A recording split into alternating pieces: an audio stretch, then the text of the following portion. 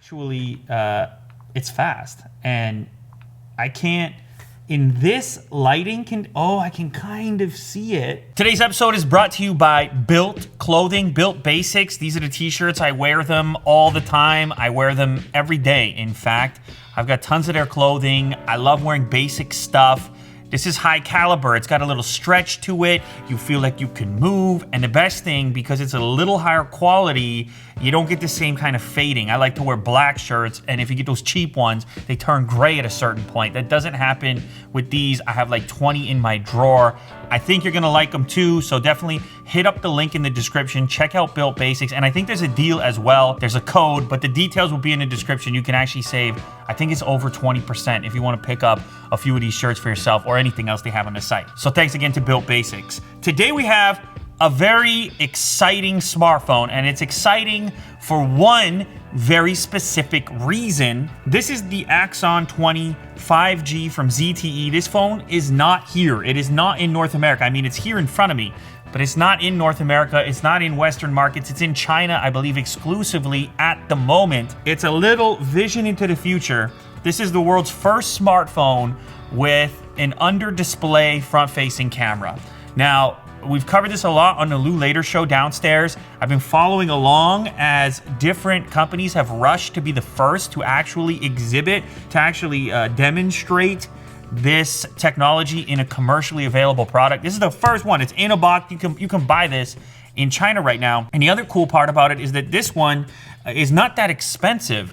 They're selling this product between $400 and $500 for the higher spec version of it when you do the conversion from Chinese currency to USD. So it's really interesting to see developments like this in their infancy in the first commercial product, and then also to recognize that innovation doesn't necessarily have to take place at the premium price tags every time. And increasingly, it seems to be happening in devices that are more sort of mid-range from a pricing perspective. So anyways, Axon 20 5G, Albert Einstein on the box, which if that doesn't get you going, I mean, logic will get you from A to B. Imagination will take you everywhere. Can we get a fact check on that, Will? We can see we have the variant with 6 gigs of RAM, 128 gigs of storage. 5G is right in the name, Axon 20 5G. No notch, no hole punch. Now the way they do this is by doing some fancy stuff with the pixels in the region over top the front-facing camera. Super glossy mirror look and finish. This is your camera module, bunch of different camera units.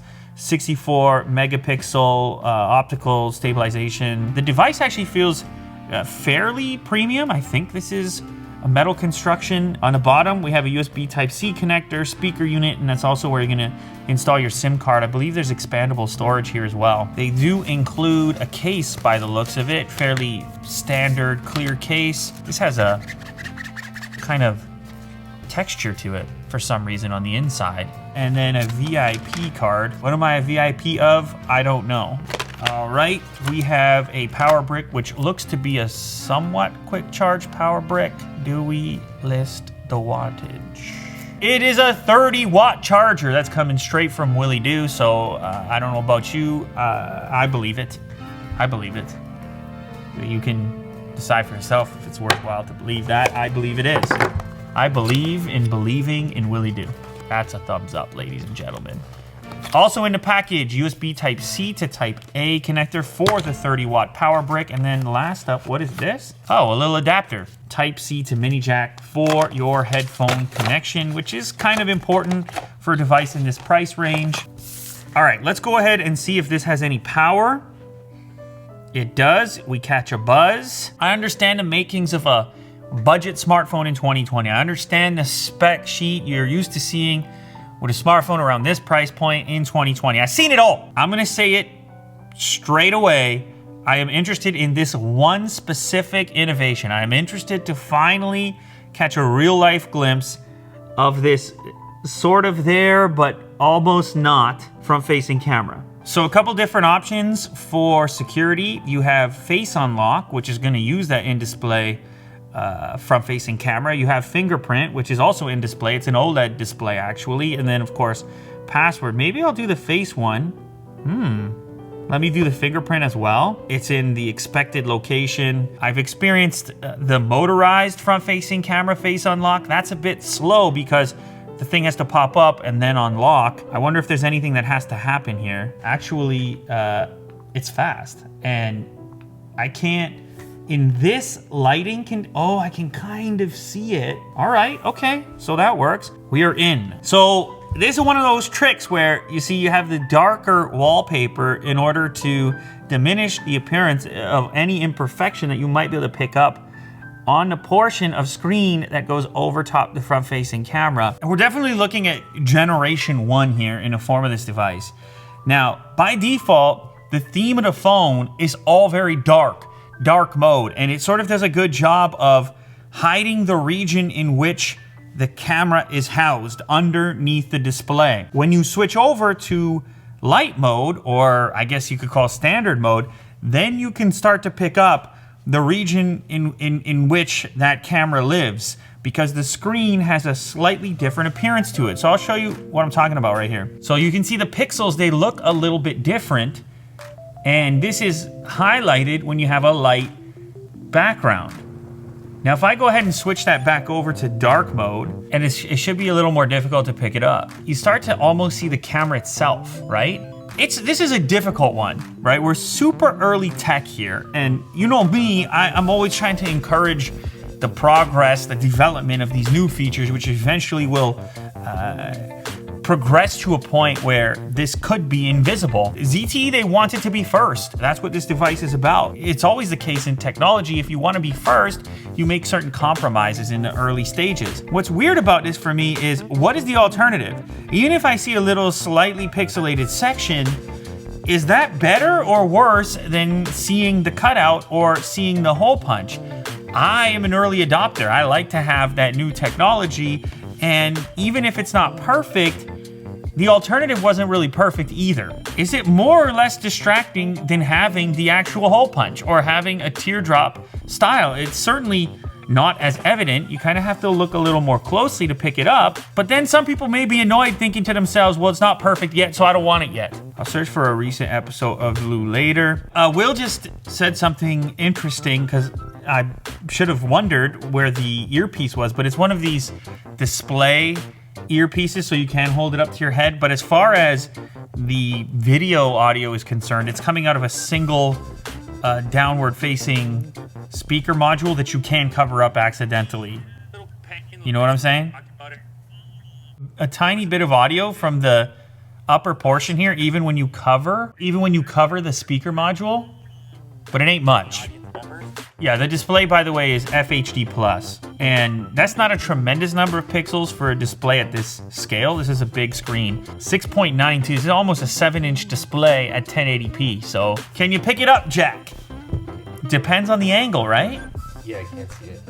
Can't see it, Nope. even on white. At this range, I'm gonna go ahead and say it's less distracting than having the hole punch. Certainly when it comes to the video portion, the video frame, without having a hole punch, it's a little bit more immersive. Even though your eyes can pick up, I can definitely, with my eyes, see that section.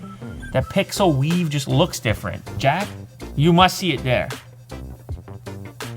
Well, we're gonna try to get some shots of it, and we'll overlay them in here so that you guys get a real impression for it. But the key factor here, the lighter the picture that you're looking at, the more you're gonna be able to see the region that's covering up that front-facing camera. But I think it's something you would get used to really fast, and I think as far as futuristic technology, this is really promising. I mean, the implications of this technology are pretty massive.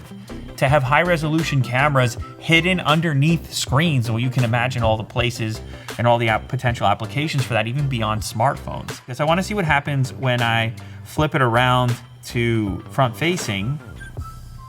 You see that little animation that took place up there? Let me just do that one more time. See that up there? What is the quality gonna be like? Let me just turn off the beauty. It does have a kind of softish look to it, almost like a dreamlike fog, sort of. I don't know if that's the AI features Yeah, so it looks like I can't completely turn beauty off, and it is doing something to me. Like, that was the concern for me, is since it's peering through a set of pixels, is that gonna impact the image? I would say it is kind of a little bit at this moment, just looking at this selfie, but if it is the processing that's making it look a little cloudy, then maybe I should actually try some front-facing video. All right, so this is the front-facing video. This is the front-facing video quality right here, and the audio as well. Does it still have a kind of dreamlike glow to it? I think it actually looks all right. Maybe I'll just kind of move around a bit here and walk into a darker environment. There's less light over here from over there.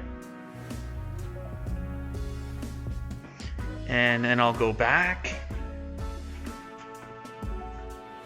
I mean, it works. It's kind of wild that this is being recorded through an actual screen right now. The camera is looking through a screen and then at me. It's not the best I've ever seen, but it's passable. It's kind of surprising, actually. It's hard for me, you know, I'm often evaluating expensive phones here, so it's hard for me to compare it to like the top tier front-facing video that's out there. But certainly for something that's utilizing some brand new technology, I would say for a lot of people that would be a passable front-facing video or a passable selfie. Not the greatest I've seen, but at least in the range, sort of. All right, so what's the verdict here? You guys know the main reason for me looking at this device was to evaluate this particular technological advancement in the front-facing camera department. Everybody has been looking towards imagining this future in which we're just holding on to screens with no obstructions, with no notches and things like this. And originally you had the motorized camera was the first version of that, but it was a little bit slow, and then people wondered about the long-term durability of a motorized front-facing camera. And then this is the next phase, in my estimation. This is the next place that we go. We attempt, they find a way to sit it underneath your screen in such a fashion that you won't notice at all. We are not completely there yet. I can notice this. I can see the different pixel weave, particularly against these light backgrounds. Whether it's more or less distracting to you than a front-facing hole punch or notch, well, that's going to be a personal preference. But strictly from a technological perspective, I think it is kind of a marvel to be able to utilize a camera without seeing the camera itself. Even if that means seeing a slight discrepancy in the way the display looks, this to me does feel like the future once they are capable of absolutely nailing it. And so it's kind of cool to hold on to what is the very first commercially available version of this brand new technology.